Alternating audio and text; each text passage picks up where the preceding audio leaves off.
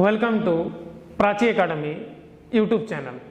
आशा करते हैं कि आप लोगों की पढ़ाई लिखाई अच्छी चल रही है, साथ ही साथ आप बोर्ड एग्जाम की भी तैयारी जोर शोर से कर रहे होंगे।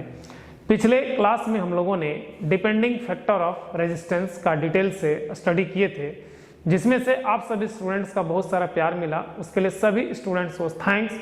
और जो स्टूडेंट इस चैनल में नए हैं, चैनल को सपोर्ट करने के लिए चैनल को सब्सक्राइब और वीडियो को लाइक कर दीजिए।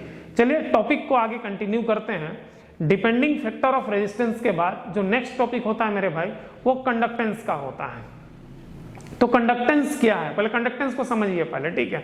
तो जैसे कि रेजिस्टेंस क्या था, एब्स्ट्रक्शन ऑफ करंट था, मैंने करंट में रुकावट पैदा करता था, करंट का फ्लो में रुकावट पैदा करता था। तो ये जो कंडक्टेंस जो है जस्ट उसका अपोजिट प्रॉपर्टी है, ये करंट को फ्लो करने में इजी करेगा। मतलब कि द रेसिप्रोकल ऑफ रेजिस्टेंस, मतलब रेजिस्टेंस का जो उल्टा प्रॉपर्टी होता है उसी को हम लोग क्या कहते हैं, कंडक्टेंस कहते हैं। तो पहला डेफिनेशन यही है, आपका ध्यान दीजिएगा। The reciprocal of resistance is called conductance. The reciprocal of resistance is called conductance. इसी का एक नेक्स्ट डेफिनेशन ये भी है, current flowing property in matter. किसी भी मैटर का उसमें कितना करंट फ्लो होगा इजीली, ठीक है, इस प्रॉपर्टी को हम लोग क्या कहते हैं, कंडक्टेंस कहते हैं। तो ये हमारा सेकंड डेफिनेशन है, current flowing property in matter is called conductance, is called conductance. इसका फॉर्मूला क्या होता है मेरे भाई, देखिएगा, G equals to 1/R। G equals to क्या होता है, 1/R। और इसका SI यूनिट महो या सीमेंस होता है, उल्टा ओम चाहे S, जॉर्ज साइमन ओम, याद रखिएगा। रेजिस्टेंस का जो उसका टाइटल है उससे ओम आया है, और सीमेंस जो उसका नाम है उससे उनका कंडक्टेंस का यूनिट आया है, ठीक है। तो कंडक्टेंस का SI यूनिट क्या होगा, सीमेंस होगा या महो होगा। इन ओम इनवर्स जिसको कहते हैं, क्योंकि रेसिप्रोकल है, ओम इनवर्स भी कह सकते हैं, ऐसे भी लिख सकते हैं, ओम इनवर्स भी लिख सकते हैं। ओम इनवर्स भी हम लोग कंडक्टेंस का SI यूनिट लिख सकते हैं। अब अगला पॉइंट है लॉ ऑफ कंडक्टेंस, ठीक है। लॉ ऑफ कंडक्टेंस जो है, याद रखिएगा, इसमें कंडक्टर को लेते हैं जिसका कुछ लेंथ होगा और उसका अपना एक क्रॉस सेक्शन एरिया होगा।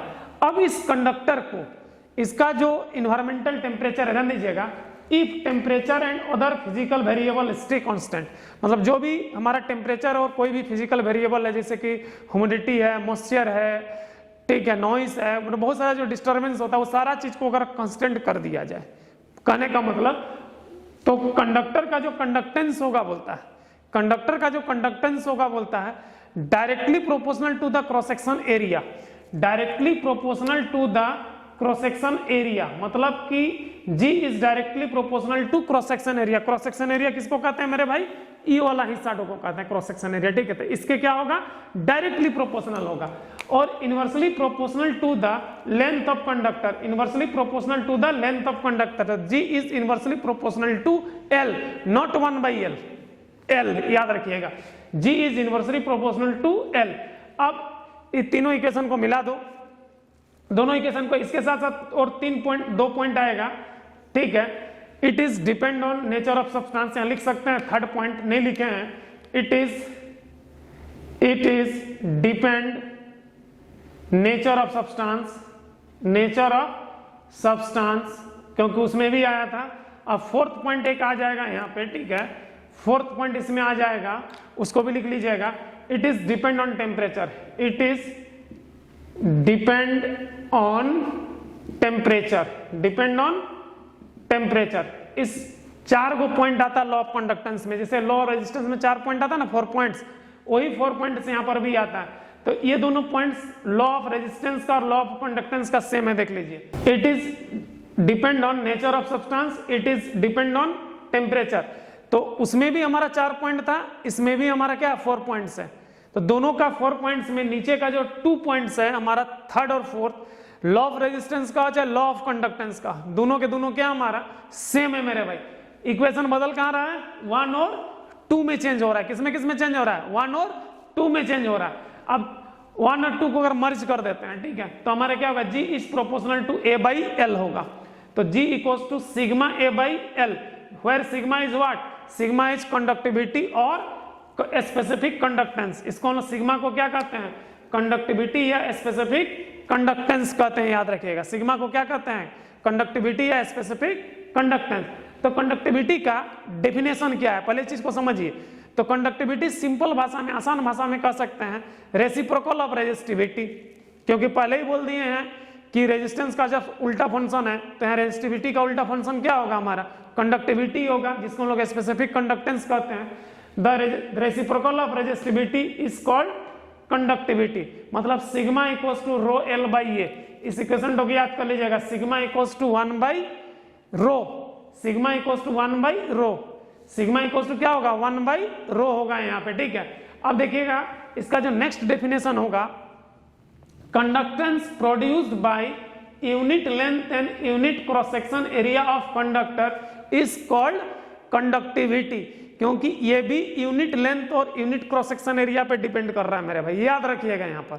मतलब कंडक्टर अगर इतना मोटा हो जाए, इतना मोटा, चाहे बाल इतना पतला रहे, कंडक्टेंस में वेरी, कंडक्टिविटी क्या करेगा, वेरी नहीं करेगा अगर मेटल सेम है तो। अगर कॉपर का तार इतना मोट है और एकदम बाल इतना पतला है कॉपर का तार है, तो दोनों के कंडक्टिविटी क्या रहेगा, सेम रहेगा। सेम प्रॉपर्टी आपका रेजिस्टिविटी में भी हो रहा था यहाँ पर, याद रखिएगा इस चीज को।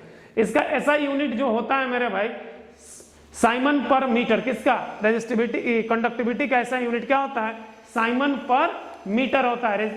कंडक्टिविटी का ऐसा यूनिट क्या है, साइमन पर मीटर। और याद रखिएगा कंडक्टिविटी को दूसरे शब्द में हम क्या कह सकते हैं, मोलिकुलर कंडक्टेंस कह सकते हैं। दूसरे शब्द में क्या कह सकते हैं, अनदर थिंग्स में इसको मोलिकुलर कंडक्टेंस कह सकते हैं, क्योंकि ये जो यूनिट लेंथ और यूनिट क्रॉस सेक्शन एरिया एक तरह से एक मॉलिक्यूल का कंडक्टेंस है, तो इसको मोलिकुलर कंडक्टेंस भी कह सकते हैं।